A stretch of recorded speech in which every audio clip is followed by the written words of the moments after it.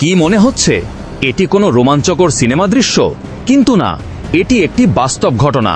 উত্তাল সমুদ্রের বুক চিরে তীরের বেগে ছুটে চলছে ইরানি এক ছোট্ট স্পিডবোট।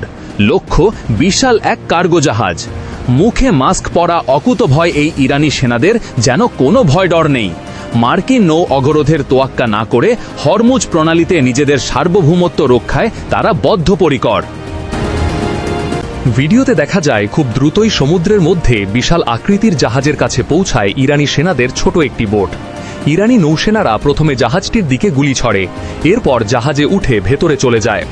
22 এপ্রিল হরমুজ প্রণালীতে অভিযান চালিয়ে দুটি জাহাজ জব্দ করে ইরান, যার ভিডিও প্রকাশ করেছে ইরানি টেলিভিশনগুলো। ইরানের বন্দর ঘিরে মার্কিন নৌ অবরোধ চলছে। এর মধ্যেই এমন দৃশ্য দেখা গেল। জব্দ জাহাজ দুটির মধ্যে একটি পানামার পতাকাবাহী এমএসসি ফ্রান্সিসকো, অন্যটি লাইব্রেরিয়ার পতাকাবাহী অ্যাপামেন্ডাস। ইরানের বিপ্লবী গার্ড বাহিনী আইআরজিসি বলছে অ্যাপামেন্ডাস জাহাজটি প্রয়োজনীয় অনুমতি ছাড়াই চলাচল করছিল এবং নেভিগেশন সিস্টেমে কারচুপি করেছে।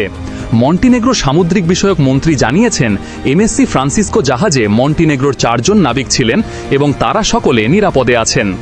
আইআরজিসি জানিয়েছে জাহাজগুলোর পণ্য, নথিপত্র এবং রেকর্ড পরিদর্শনের জন্য সেগুলোকে নিয়ে যাওয়া হয়েছে।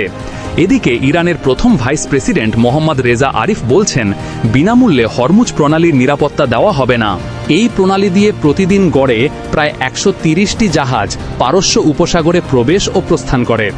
যুদ্ধের কারণে বর্তমানে তা কমে দিনে মাত্র কয়েকটিতে দাঁড়িয়েছে।